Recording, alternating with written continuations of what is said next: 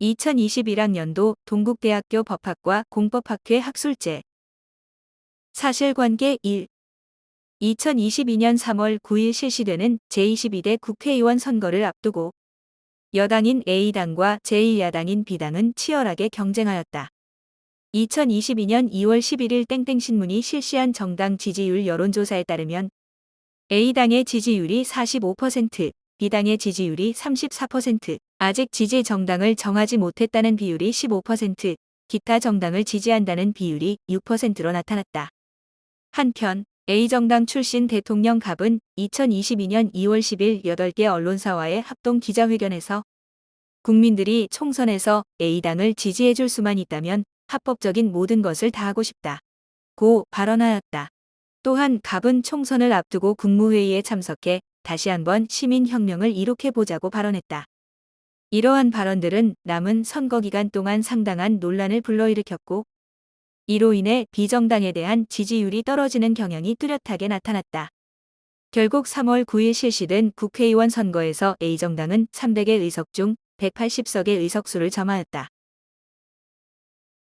사실관계 2.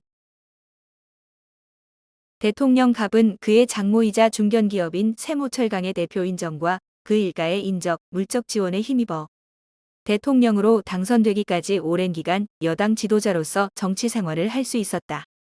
갑이 대통령직에 취임하자 정과 그의 일가는 갑으로부터 다양한 분야의 정보를 누설받아 국내외의 각종 국정 현안에 관여하기 시작하였다. 갑 대통령은 세무철강으로부터 청탁받아 세무철강의 건설 사업에 유리한 정책을 시행하고 네모전자 등 3개의 회사로부터 지원금의 목적으로 금품을 강요 수수하였다. 갑의 취임과 함께 광범위하게 행해진 정과 그 일가의 국정 개입은 마침내 갑에 대한 레임덕이 나타나기 시작한 임기 3년 차에 접어들면서 그 윤곽이 드러나기 시작했다. 사실관계 3. 갑의 대통령 당선 전 대통령 후보 경선 자금을 마련하기 위하여 당시 갑 선거 캠프장인 D씨는 자신의 배우자의 차명 계좌를 통해 약 8억 원의 불법 자금을 수수하였다. 경선 이후 동일한 차명 계좌를 통해 총 13억 9,640만 원가량의 불법 자금을 수수하였다. 사실관계 4. 2025년 8월 22일 10시 서울 중구 소재의 X건물이 붕괴되는 사고가 발생하였다. 이 사고로 시신 미수습자 10명을 포함한 461명이 사망하였다.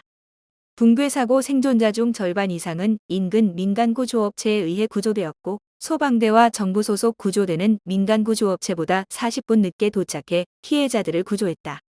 X건물 붕괴 사고가 발생한 오전 10시 이후 대통령 갑은 당시 대통령 집무실과 관저에서 국가안보실로부터 오전 10시 15분, 10시 30분, 11시에 서면 보고를 받았고 소방청장으로부터 오전 11시 30분 첫 번째 대면 보고를 받았다.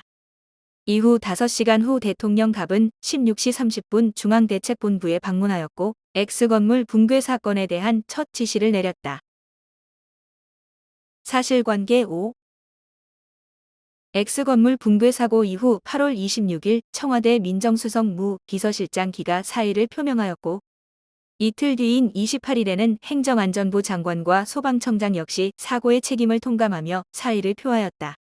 이에 야당 비의 의원들은 대통령 갑을 향한 비난을 강하게 표현했다. 이에 9월 5일 대통령 갑은 대통령의 재신임을 판단하기 위한 국민투표를 제안하였다. 2025년 12월 13일에 시행된 국민투표 결과 유권자 4,247만 9,710명 중 과반수인 3,159만 3,324명이 투표하고 투표자의 과반수인 1,832만 5,502명이 반대 투표를 해 대통령 갑에 대한 재신임 국민투표가 불신임으로 결론이 났다. 하지만 이에 대해 대통령 갑과 A당은 국민투표 결과에 대해 불복하고 대통령에서 하야하지 않았다. 사실관계 6. 이에 대하여 국회는 2025년 12월 31일 국회 제4차 본회의에서 여당 국회의원 김공범 의원 외 157인이 발의한 대통령 탄핵소추안을 상정하여 제적의원 271인 중 183인의 찬성으로 가결하였다. 소추위원인 국회 법제사법위원회 위원장 김동국은 헌법재판소법 제49조 제2항에 따라 소추의 결서의 정본을 같은 날 헌법재판소에 제출하여 피청구인 갑에 대한 탄핵 심판을 청구하였다.